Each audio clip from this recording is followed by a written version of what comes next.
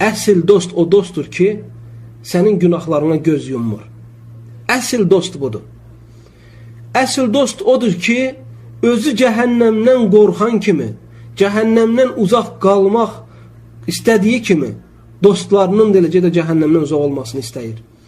Əsl dost o dostdur ki, sənin heç bir eybinə göz yummur, bacardığı şəkildə ondan səni çıxartmağa çalışır.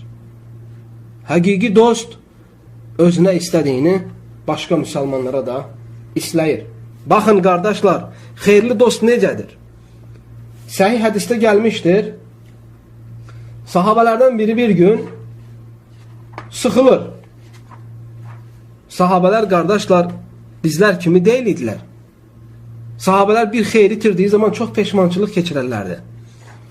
Sahabələr qəlblərində olan hər hansı bir narahatçılığın həlli üçün çalışarlardı. Və aralarında olan ən xeyirli məstərdən, ən xeyirli səmərə verən şəxslərdən istifadə etməyə çalışarlardı. Bir gün Hanzala radiyallahu anhu deyir ki, Abu Bakırla qarşılaşdım. Yolda gedirdim, Abu Bakırla qarşılaşdım. Abu Bakır mənə dedi ki, ey Hanzala, necəsən? Halın kefin necədir? Dostların siması da budur ki, onlar daima bir-birlərinin hal kefləri ilə maraqlananlar, durumları ilə maraqlananlar. Dostluğun əsas təməllərindən biri də budur. Hər tərəfli gərək dost dostdan xəbərdar olsun. Əgər dostluğun bugün pulu yoxdursa, sənin imkanın varsa kömək elə ginin. Darda qoyma ginin. Əgər dostun bugün xəstədirsə, imkan varsa baş çək ginin. Yanında ol ginin.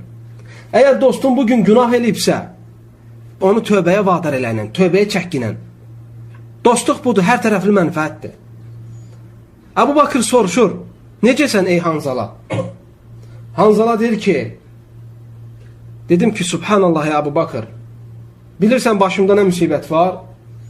Deyir, Peyğəmbər sallallahu aleyhi ve sellemin yanında olanda cənnəti xatırlayıram. Cənnəti xatırlayıram, cəhənnəmi xatırlayıram. Hətta o səviyyədə ki, sanki gözümlə görürəm deyir. Deyir, mən Peyğəmbər sallallahu aleyhi ve sellemin yanından uzaqlaşanda, evə gedəndə, ailəmə qarışanda, arvad uşağın içinə girəndə bunların hamısını unuduram. Deyir, mən elə hiss eləyirəm ki, qəlbimdə nifaq var. Elə bilirəm ki, mən münafiqam. Nəyə görədir halım dəyişir? Abu Bakır radiyallahu anh deyir ki, ey Hanzala, səndə olan mənim başımda da var. Bəlkə bərabər gedək Peyğəmbərdən bunu soruşaq. Baxın, möhtərəm qardaşlar, xeyirli dostluq bunun üzərində qurulub. Onlar dərdləşirlər, bir-birlərinin hal keflərini öyrəndikdən sonrasına, bir-birlərinin ürəyindən keçənləri anlatırlar və dərdlərinə dərmanı bərabər şəklində axtarırlar. Amma Abu Bakır radiyallahu anh'unun da bu şeyi axtarmasına səbəb olur Hanzala və hər ikisi xeyir arxasındadırlar. Və gedirlər, Muhammed sallallahu aleyhi ve sellemə dərdlərini anlatırlar.